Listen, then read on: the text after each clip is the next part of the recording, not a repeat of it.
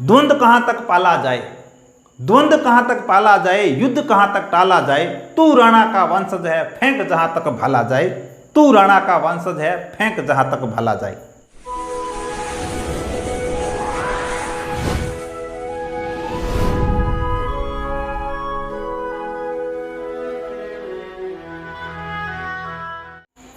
नमस्कार दोस्तों एवं प्यारे विद्यार्थियों, मैं पोखरराम बामणिया आप सभी का आप ही की YouTube channel Bamania biology and news पर हार्दिक स्वागत और अभिनंदन करता हूं। इससे पहले वाले वीडियो में हमने बात की थी कक्षा 11th NCERT बेस्ड बायोलॉजी के सिलेबस के बारे में। आज हम इस वीडियो के अंदर डिस्कस करने वाले हैं NCERT बेस्ड बायो का जो सिलेबस क्लास 12th का बायो का सिलेबस, इसके बारे में हम इस वीडियो के अंदर डिस्कस करने वाले हैं। हमने पहले वाली वीडियो में बात की थी कि NCERT बेस्ड जो बायो है कंप्लीटली 10 यूनिट में डिवाइडेड है और 10 यूनिट में से 1 to 5 यूनिट है वो तो हम पढ़ते हैं 11th के अंदर, और नेक्स्ट 6 to 10 जो यूनिट है इसका अध्ययन हम क्लास 12th के अंदर करते हैं। 11th के अंदर जो 5 यूनिट है, 5 यूनिट के अंदर कंप्लीट 22 पार्ट हम पढ़ते हैं, 22 पार्ट उसमें रखे गए हैं। और नेक्स्ट जो 5 यूनिट जो कि कक्षा 12 के लिए है उसमें टोटल 16 चैप्टर रखे गए हैं। और ये जो 16 चैप्टर है ये 1 से लेकर 5 यूनिट में किस तरह से व्यवस्थित है हम उसके बारे में डिस्कस करते हैं। देखिए, जो यूनिट नंबर 1, पहली जो यूनिट है वो है जनन, रिप्रोडक्शन, जनन। अब इस यूनिट के अंदर टोटल 4 चैप्टर रखे गए हैं। कितने चैप्टर रखे गए? 4। और इस यूनिट का जो वेटेज है बोर्ड एग्जाम की दृष्टि से वो कितना है? 11 अंक है, 11 मार्क्स। अब इसमें पहला पार्ट है जीवों में जनन, जिसका वेटेज 2 अंक है। जीवों में जनन के बारे में डिस्कस करेंगे। जनन क्या है, कितने प्रकार का होता है, कौन कौन से जीवों में कौन कौन सा जनन पाया जाता है, और जनन की जो विभिन्न प्रकार की स्टेज है उसके बारे में इस पार्ट के अंदर डिस्कस किया जाता है और करेंगे। नेक्स्ट जो चैप्टर है वह पुष्पीय पादपों में लैंगिक जनन, sexual reproduction in flowering plant. हम पुष्पीय पादपों में लैंगिक जनन के बारे में इस दूसरे पार्ट के अंदर पढ़ेंगे। वेटेज कितना है? 4 मार्क्स। थर्ड जो चैप्टर है मानव जनन, वेटेज 3 अंक। मानव जनन कंप्लीटली मानव के अंदर नर मादा इनके जनन अंग, और जनन अंग के बाद में पूरा जो जनन का प्रोसेस है उसको कंप्लीटली हम इस थर्ड चैप्टर के अंदर पढ़ने वाले हैं। बोर्ड एग्जाम की दृष्टि से बहुत इंपॉर्टेंट, और 3 जो अंक है वो इस पार्ट निर्धारित किए गए हैं। नेक्स्ट 4th चैप्टर जनन स्वास्थ्य, बोर्ड एग्जाम की दृष्टि से इसके 2 जो अंक है वो निर्धारित किए गए हैं। यूनिट 2, अब पूरी बुक की यदि बात करें तो उसमें से जो 2nd यूनिट है वो ज़्यादा इंपॉर्टेंट है। यूनिट का नाम है आनुवांशिकी एवं विकास। कितने चैप्टर इसमें रखे गए हैं? 3 चैप्टर इसके अंदर रखे गए हैं। टोटल वेटेज कितना है? 14 अंक। जो यूनिट 2 है बोर्ड एग्जाम में 14 अंक के जो प्रश्न हैं वो यूनिट संख्या 2 से पूछे जाएंगे। अब इस यूनिट के अंदर कितने चैप्टर रखे गए हैं? 3, 5, 6 और 7। 3 चैप्टर है वो इस यूनिट से संबंधित है। 5वां जो चैप्टर है वंशागति और विविधता के सिद्धांत। इसमें हम मेंडल और मेंडल के विभिन्न प्रकार के जो नियम है, नियमों के अपवाद है, उनके बारे में डिस्कस करते हैं। कितने अंक निर्धारित है? 5। चैप्टर 6 वंशागति का आणविक आधार।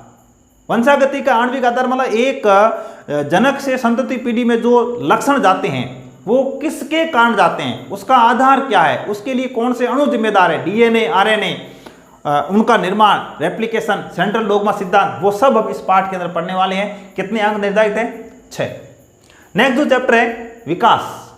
विकास के अंदर पृथ्वी के ऊपर जीवन की उत्पत्ति कैसे हुई, वर्तमान में जो मानव इस पृथ्वी के ऊपर रह रहा है वो किन किन परिस्थिति से गुजरा, या उसका विकास कैसे कैसे हुआ, किस क्रम में हुआ, इसको हम इस पार्ट के अंदर पढ़ने वाले हैं।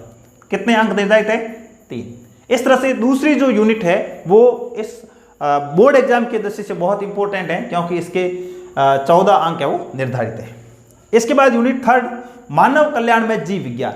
मानव कल्याण मतलब जीव विज्ञान, मानव कल्याण के लिए जीव विज्ञान कैसे काम कर सकता है, मानव कल्याण के लिए जीव विज्ञान। 3 चैप्टर इसमें रखे गए हैं। टोटल जो मार्क्स है वो है 11 अंक की यह यूनिट है।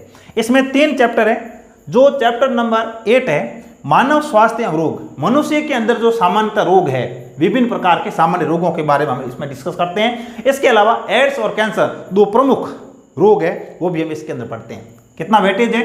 4 अंक। नेक्स्ट जो चैप्टर है 9 नंबर, खाद्य उत्पादन में वृद्धि की कार्यनीति। अब खाद्य उत्पादन, जैसे जनसंख्या बढ़ रही है, जैसे जैसे जनसंख्या बढ़ रही है वैसे वैसे हमें खाद्य उत्पादन को भी बढ़ाना है। क्योंकि यदि जनसंख्या तो बढ़ती जाएगी, खाद्य उत्पादन नहीं बढ़ेगा तो जो बढ़ती हुई जनसंख्या है इसको खाद्यान्न उपलब्ध नहीं होगा। इस वजह से खाद्य उत्पादन में वृद्धि की कार्यनीति, ऐसी योजनाएं जिससे हम क्या करें, खाद्य उत्पादन को बढ़ा सकें। जैसे ये हरित क्रांति वाली हम बात करते हैं, वो इसका एक पार्ट है। इसका इस पार्ट का जो वेटेज है वो कितना है? 3 मार्क्स।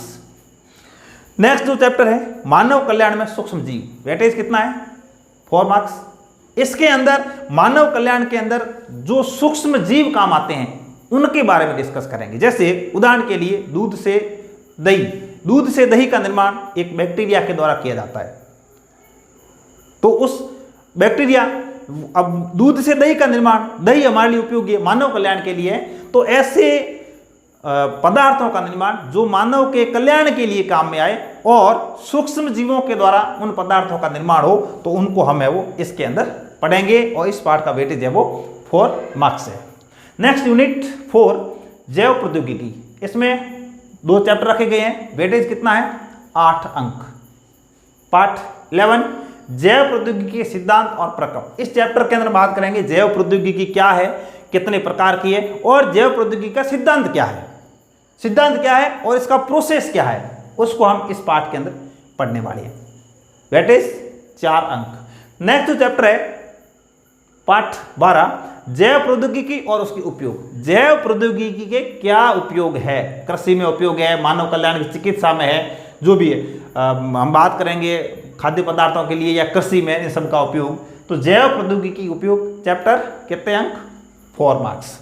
यूनिट 5 पारिस्थितिकी इकोलॉजी, कितने चैप्टर है इसमें? 4 चैप्टर रखे गए हैं, अंक 12 अंक। अब इसमें देखिए जो चैप्टर 13 है जीव और समष्टियां, जनसंख्या के बारे में डिस्कस करेंगे। कितने अंक निर्धारित है? 4। फिर 14वां पार्ट है पारितंत्र इकोसिस्टम, कितने अंक निर्धारित है? 4। और जो चैप्टर है 15 जैव विविधता और उसका संरक्षण। जैव विविधता, पृथ्वी के ऊपर जितने भी अलग अलग प्रकार के जीव पाए जाते हैं इनको हम जैव विविधता में शामिल करते हैं और इन जीवों का हम संरक्षण कैसे कर सकते हैं। कितने अंक निर्धारित है? 2। और जो लास्ट चैप्टर है, यूनिट भी लास्ट, चैप्टर भी लास्ट, पर्यावरण के मुद्दे, कितने अंक निर्धारित है? 2 अंक निर्धारित है। पर्यावरण के अंदर विभिन्न प्रकार के मुद्दे, जैसे प्रदूषण भी हो रहा है, ग्रीन हाउस प्रभाव की बात करते हैं हम, ग्लोबल वार्मिंग के बारे में बात करते हैं, सब कुछ है। तो पर्यावरण से रिलेटेड जितने भी मुद्दे हैं उनके बारे में हम डिस्कस है वो इस पार्ट के अंदर करते हैं। थोड़ी बात कर लेते हैं कि जो 12th का एग्जाम होगा, एग्जाम का क्या पैटर्न रहेगा। देखिए जो 12th बोर्ड एग्जाम है, बोर्ड एग्जाम के अंदर एक सैद्धांतिक पेपर होता है, सैद्धांतिक परीक्षा होती है जिसको थ्योरेटिकल एग्जाम बोलते हैं। सैद्धांतिक एग्जाम, सैद्धांतिक एग्जाम जो कि मार्च में आयोजित की जाती है और उसमें जो पेपर होता है वो होता है 3.25 घंटे का, 3.25 घंटे का एक पेपर होता है और उसमें जो मार्क्स होते हैं वो होते हैं 56 अंक का एक आपके बोर्ड एग्जाम का पेपर होता है। और प्रैक्टिकल परीक्षा, प्रायोगिक परीक्षा का आयोजन इस एग्जाम से सामान्यतः पहले होता है, कभी कभार जैसे मान लो कोरोना काल में बाद में हुआ था, तो कभी भी हो सकता है, एग्जाम से पहले या बाद में हो सकता है। और ये जो प्रायोगिक परीक्षा आपकी होती है ये होती है 4 घंटे, जीव विज्ञान प्रायोगिक एग्जाम 4 घंटे के लिए होती है और इसके जो अंक निर्धारित होते हैं वो होते हैं 30 अंक। 30 अंक आपके प्रैक्टिकल के हैं, 56 अंक है वो आपके थ्योरी एग्जाम के हैं। थ्योरी एग्जाम का टाइम 3.25 घंटे है, प्रैक्टिकल का टाइम है वो 4 घंटे है। इसके अलावा विद्यालय लेवल पर आपके शतरांक भी भेजे जाते हैं और ये जो शतरांक होते हैं ये आपके भेजे जाते हैं 14 अंक। इस तरह से कुल मिला के आपका जो पूरा पेपर है या पूरी जो आपकी बोर्ड एग्जाम है, जो वार्षिक परीक्षा है, वो कितने अंक की है? 100 अंक की है। इस तरह से आपकी जो एग्जाम है इसका आयोजन किया जाएगा। अब इसके लिए हमने सिलेबस के बारे में बात की, यह आपका एग्जाम का पैटर्न रहेगा। अब हमें क्या करना है, हमें चैप्टर संख्या 1 से लेकर चैप्टर संख्या 16 तक बिल्कुल लगन से, मेहनत से, नियमित अध्ययन के साथ पढ़ना है। हम क्या करेंगे? नियमित अध्ययन करेंगे, क्योंकि हमें बोर्ड एग्जाम को पार करना है और ये एग्जाम आपके लाइफ के लिए, आपके जीवन के लिए बहुत इंपॉर्टेंट एग्जाम है। इसलिए इस एग्जाम में हमें अच्छे अंकों से पास होना जरूरी है। तो अच्छे अंकों से पास होने के लिए सबसे पहले नियमित अध्ययन करना जरूरी है। नेक्स्ट, हम जीव विज्ञान की नहीं, विज्ञान के जो भी सब्जेक्ट है, जो भी सब्जेक्ट, केमिस्ट्री, फिजिक्स, बायो, सभी विषय के अंदर हमें रटने की जरूरत नहीं है। कोई भी कंसेप्ट है, कंसेप्ट को क्लियर करने की जरूरत है, कोई चीज हमें रटनी नहीं है। तो नेक्स्ट पॉइंट है, रटना नहीं है। अब रटना नहीं है तो क्या करना है? समझना है, हर एक बिंदु को समझना है। क्योंकि जो कई विद्यार्थी रट्टू होते हैं, हर चीज को रट लेते हैं। आप रटोगे, जितना जल्दी आप रटने की कोशिश करोगे उतना जल्दी आप उसको भूलते भी जाओगे। इसलिए रटने की जरूरत नहीं है। कोई भी चीज है, कंसेप्ट क्लियर करो, उसको समझो, समझने के बाद उसको आप लिखने का प्रयास करें। अब नियमित अध्ययन कर रहे हैं, समझ रहे हैं, इस दौरान यदि आपके सामने किसी भी प्रकार की समस्या हो तो समस्या का तुरंत समाधान करें। यदि समस्या का तुरंत समाधान नहीं होगा और आप नेक्स्ट पढ़ोगे तो आपकी वो समस्या, एक तो दिमाग में समस्या रहेगी कि मेरे से वो प्रश्न नहीं हुआ या वो मेरा कंसेप्ट क्लियर नहीं हुआ। और साइंस के अंदर एक पॉइंट दूसरे पॉइंट से जुड़ा हुआ है, तो समस्या का समाधान तुरंत करना जरूरी है। तुरंत समस्या का समाधान हो, तुरंत समस्या का समाधान हो, ये बहुत जरूरी है। क्योंकि हमारे दिमाग के अंदर किसी भी प्रकार की कोई समस्या मान क्रिएट हो गई या ऐसा कोई द्वंद्व है दिमाग के अंदर, जब तक वो द्वंद्व दिमाग से बाहर नहीं हो जाता तब तक हमें आगे बढ़ने की जरूरत नहीं है। किसी भी प्रकार की समस्या हो, समाधान हो, विद्यालय के अंदर आपके लेक्चरर है, इसके अलावा मान लो आप घर पर अध्ययन कर रहे हैं तो आज के टाइम आपके सामने यूट्यूब चैनल है, उसके माध्यम से आप किसी भी पॉइंट पर कोई भी आपका कंसेप्ट हो आप क्लियर कर सकते हैं। इसके अलावा कई बार ऐसी समस्या उत्पन्न हो जाती है कि साइंस के ऐसे शब्द होते हैं जो आसानी से याद नहीं होते। आसानी से याद नहीं होने वाले शब्दों को क्या करेंगे, कैसे याद करेंगे? लिख कर याद करेंगे। जो शब्द आसानी से याद नहीं होते हैं उनको लिख कर याद करना। जो भी शब्द है, कितना ही बड़ा शब्द क्यों ना हो, यदि आपको लगता है कि यह शब्द मेरे से याद नहीं हो रहा है तो उसको लिख कर याद करें, बार बार लिखें, ऑटोमेटिक याद हो जाएगा। इसके अलावा अधिक से अधिक चित्र बनाने का अभ्यास करें। चित्र बनाने का अभ्यास करें। मेनली जो बायो सब्जेक्ट है, जीव विज्ञान जो सब्जेक्ट है, अब इसमें चित्रों का थोड़ा वेटेज भी ज़्यादा रहेगा और इम्पोर्टेंस, महत्व भी ज़्यादा है। क्योंकि इसमें जंतुओं के अंदर, जैसे मान लो मानव की बात करें तो ये इंटरेस्टिंग विषय है, क्योंकि हम हमारे बारे में पढ़ते हैं। जीव विज्ञान एक ऐसा विषय है उसके अंदर हम हमारे बारे में पढ़ते हैं, तो इसमें जो चैप्टर हम पढ़ेंगे हमें उसमें इंटरेस्ट जगेगा, इंटरेस्ट के साथ हम पढ़ते हैं। तो हमारे शरीर के अंगों के चित्र बनाने में थोड़ा इंटरेस्ट जगता है, तो चित्र बनाने का ज़्यादा से ज़्यादा अभ्यास करें। इसके अलावा मान लो कोई बड़ा शब्द है, बड़ा शब्द है, बड़ा मतलब ऐसे बायोटेक्नोलॉजी, काफी लंबा शब्द हो गया, बायोटेक्नोलॉजी। तो बड़ा कोई शब्द होता है तो इसको तोड़कर पढ़ने की जरूरत है। बड़ा बोला बायोटेक्नोलॉजी। अब बायो का मतलब जीव, बायो शब्द जहां भी आता है वो मतलब उसका मतलब है जीवों से। टेक्नोलॉजी, टेक्नो का मतलब तकनीक, लॉजी का मतलब अध्ययन करना। तो मतलब यदि बड़ा शब्द है, हमने उसके टुकड़े कर दिए अलग अलग, तो हमें समझने में कोई दिक्कत नहीं होगी। हम आराम से उसका है वो हिंदी शब्दार्थ बता सकते हैं या हम समझ सकते हैं कि इसके अंदर कौन सा भावार्थ छिपा हुआ है। तो बड़ा कोई शब्द है तो उसको तोड़कर पढ़ने की जरूरत होती है। अब आप यदि इतना काम करते हैं तो इसके साथ साथ आपको लगन और कठिन परिश्रम करना पड़ेगा। कठिन परिश्रम।